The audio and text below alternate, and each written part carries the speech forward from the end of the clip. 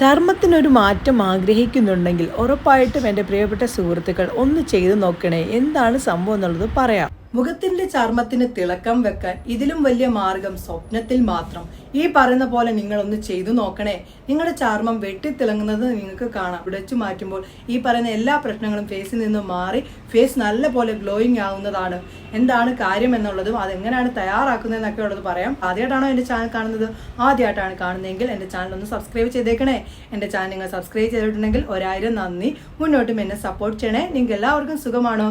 സമയം കളയാതെ തന്നെ നമുക്ക് വീഡിയോയിലേക്ക് പോകാം. Hi, welcome back to my channel. എന്നെ ഒന്ന് പരിചയപ്പെടുത്തട്ടെ. എൻ്റെ പേര് റംസാനിയ. എൻ്റെ പേര് റംസാനിയ. എൻ്റെ പ്രൊഫഷൻ എന്ന് പറയുന്നത് ഫാഷൻ ഡിസൈനിങ് ആൻഡ് ബ്യൂട്ടീഷ്യൻ ആണ്. അതായത് നിങ്ങൾ ഒരാഴ്ച ഉപയോഗിച്ചതിന് ശേഷം നിർത്തിയാൽ പോലും പഴയ കളറിലേക്ക് നിങ്ങളുടെ സ്കിൻ പോകുക പോലും ചെയ്യില്ല. ഉറപ്പായിട്ടും നിങ്ങളൊന്ന് ചെയ്തു നോക്കണേ.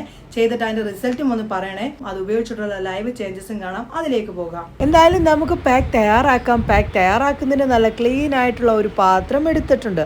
അതിലേക്ക് നമ്മൾ ചേർത്ത് കൊടുക്കാൻ പോകുന്നത് നമ്മുടെ സ്കിന്നിന് വളരെയധികം മാറ്റം നൽകുന്ന കാര്യങ്ങളാണ് ചേർക്കുന്നത്.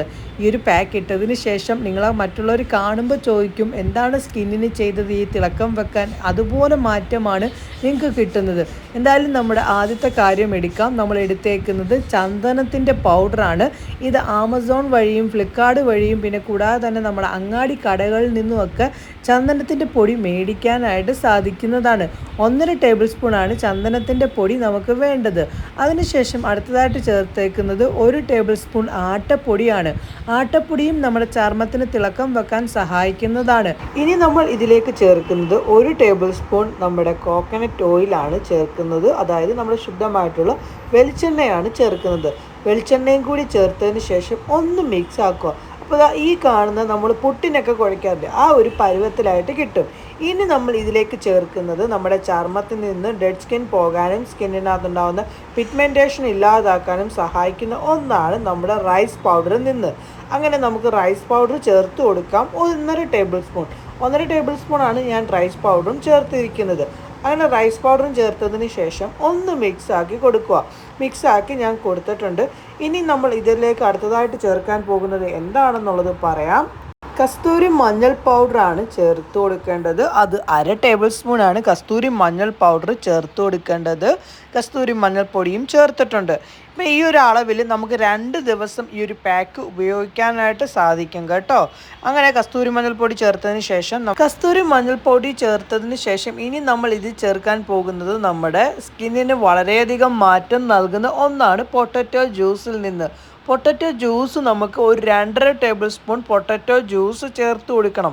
പൊട്ടറ്റോ ജ്യൂസ് നമ്മുടെ സ്കിന്നിനകത്ത് എന്തെങ്കിലും കുറവുകളൊക്കെ ഉണ്ടെങ്കിൽ അത് പരിഹാരം കണ്ടെത്താൻ പൊട്ടറ്റോ ജ്യൂസിൽ നിന്ന് സാധിക്കും. പൊട്ടറ്റോ ജ്യൂസും കൂടി ചേർത്തതിന് ശേഷം ഒന്ന് നല്ല പോലെ നമുക്കിതൊന്ന് മിക്സ് ആക്കണം. അതിനുശേഷം നമ്മൾ ഇതിലേക്ക് വേറൊരു കാര്യം കൂടി ചേർക്കുന്നുണ്ട്. പുളിച്ച കഞ്ഞവെള്ളം 1 ടേബിൾ സ്പൂണും കൂടി നമ്മൾ ചേർത്ത് കൊടുക്കണം. പുളിച്ച കഞ്ഞവെള്ളവും നമ്മുടെ സ്കിന്നിന് വളരെ നല്ലതാണ്. സ്കിന്നിനകത്തുണ്ടാകുന്ന പിഗ്മെൻറ്റേഷൻ കുറയ്ക്കാനും ടാൻ റിമൂവ് ആക്കാനും പുളിച്ച കഞ്ഞവെള്ളത്തിൽ നിന്ന് സാധിക്കും. ഞാൻ പുളിച്ച കഞ്ഞവെള്ളമാണ് ഇനി അടുത്തതായിട്ട് ഇതിലേക്ക് ചേർത്ത് കൊടുക്കാൻ പോകുന്നത്.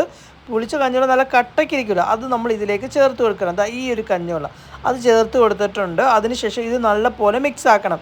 ഞാൻ കാണിക്കാം. ഈ ഒരു പരുവത്തിൽ വേണം നമ്മുടെ പാക്ക് റെഡിയാക്കി കിട്ടാൻ. അധികം ടൈറ്റ് ആവാനും പാടില്ല, എന്നാൽ അധികം ലൂസ് ആവാനും പാടില്ല.